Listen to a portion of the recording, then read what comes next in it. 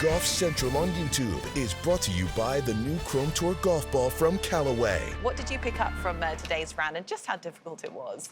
Yeah, I mean, certainly I think the scoring opportunity was from this morning. And as predicted, the players that started off a little bit sluggish yesterday came out and shot lights out. I mean, Nelly 66, Charlie 66, Gino 67, put themselves right back into this tournament. But the temperature did drop this afternoon and the wind did pick up.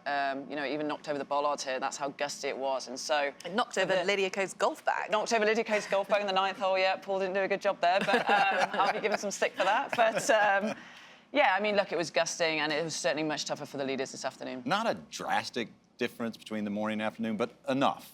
Enough to where the top 20 yesterday in the CME race were playing in the worst of the weather, and it was certainly obvious at the end of the day. There were only 2 players in the top 10 in the world that were in the top 10 on the leaderboard yesterday. The leaderboard got a lot weightier today because those players went out this morning. I think they got the best of the weather, and they took great advantage of it. So as we sit here right now, there's 5 players in the top 10 in the world that are in the top 9 on this leaderboard, including one very prominent name, Nelly Korda, who made a big move today. She certainly did. It was one of the questions that we had to start the day. She came off that even par round yesterday. She spent about an hour on the driving range following that, and, well, she managed to find that feeling that she was looking for. Let's take a look at her second round today. This is where we find her on the par 4 third, her tee shot. Yeah, she said after the round today that she didn't hit a single solid shot yesterday. She couldn't find the middle of the face, and well, maybe she didn't find the middle of that face. Maybe she was a little upset with it, but I think she would get a little bit happier with this shot, Mel.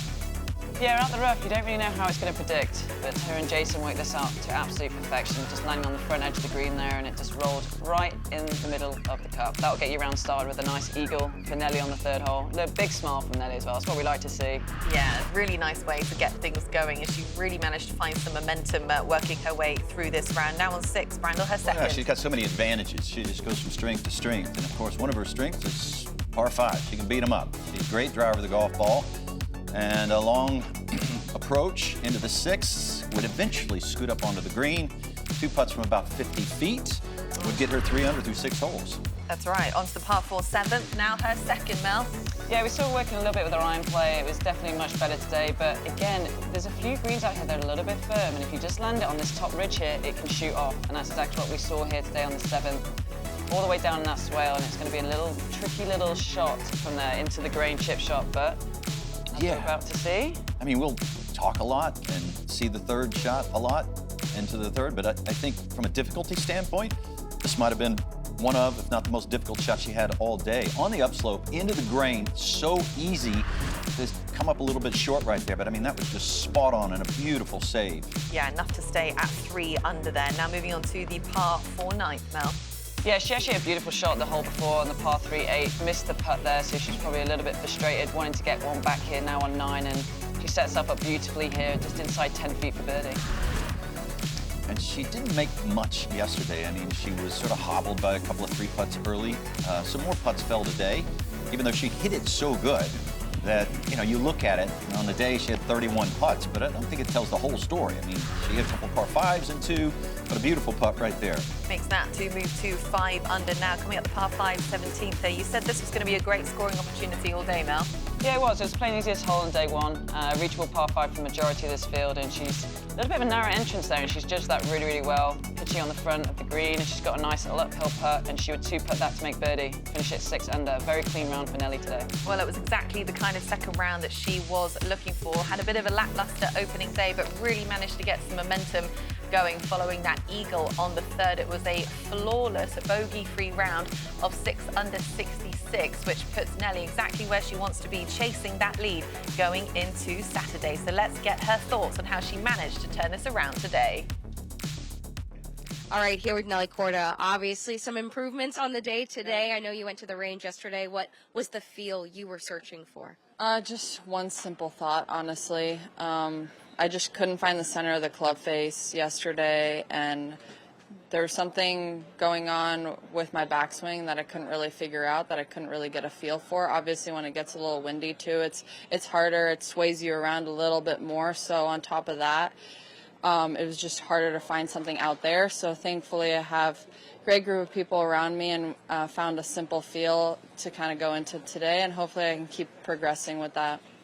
What kind of mental reset do you have to kind of put yourself into to come back from? I mean, you shot even yesterday; it wasn't bad, but like to get yourself back where you can shoot a 6 under. Yeah, I think I just also needed to just go and stay into, having the Pro-Am party and then the Rolex dinner on top of that. Like, I haven't had really any time to rest. Obviously, super grateful for that, super grateful for Terry and everyone coming out here and supporting us. But it's nice to kind of have a day where you can also reset mentally. So had that, ate dinner in bed. That was great. And just kind of knew that I had an early morning round with the winds are going to be a little stronger out here and try to really focus on that one single thought. What was the one swing thought that you... Just a little bit more hinge on the backswing, and then trying to shorten up my swing a little bit. I always work on that, though. Or do you have that thought over every shot?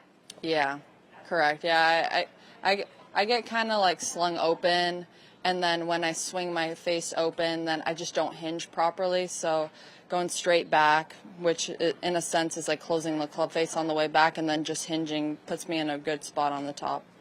And is the neck bothering you at all? Are you like 100%? It's getting better every day. Yeah, doing a lot of rehab still with Kim, strengthening. That's how I start out my day. Kimberly knocks on my door in the morning, and we start the rehab sessions, and then come out here.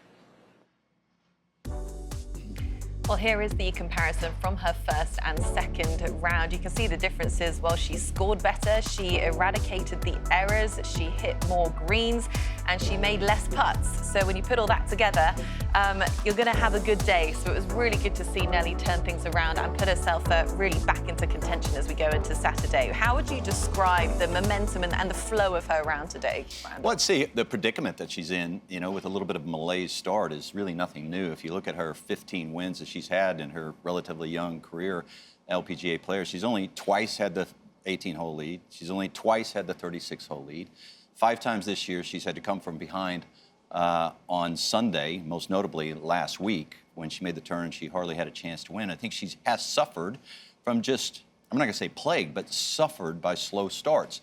And when you're looking to turn things around, I mean, we talk about the importance of the final holes, obviously, because that's where you win championships. But in terms of importance, there is no more important holes than the first 6 holes of any round of golf. The data shows that the better you do on the first 6 holes, it carries you through with the momentum. It gives you a sense of, this is my day. Now, this is the second round, but there have been some notable, historic, and heroic starts to final rounds. But we'll go back to Nelly Korda and just show her hole out at the third. I mean, yes, this is a bit of a good break, but again, when you have some good luck and some good fortune and hit some good shots in the first 6 holes, it just puts you in a better mood.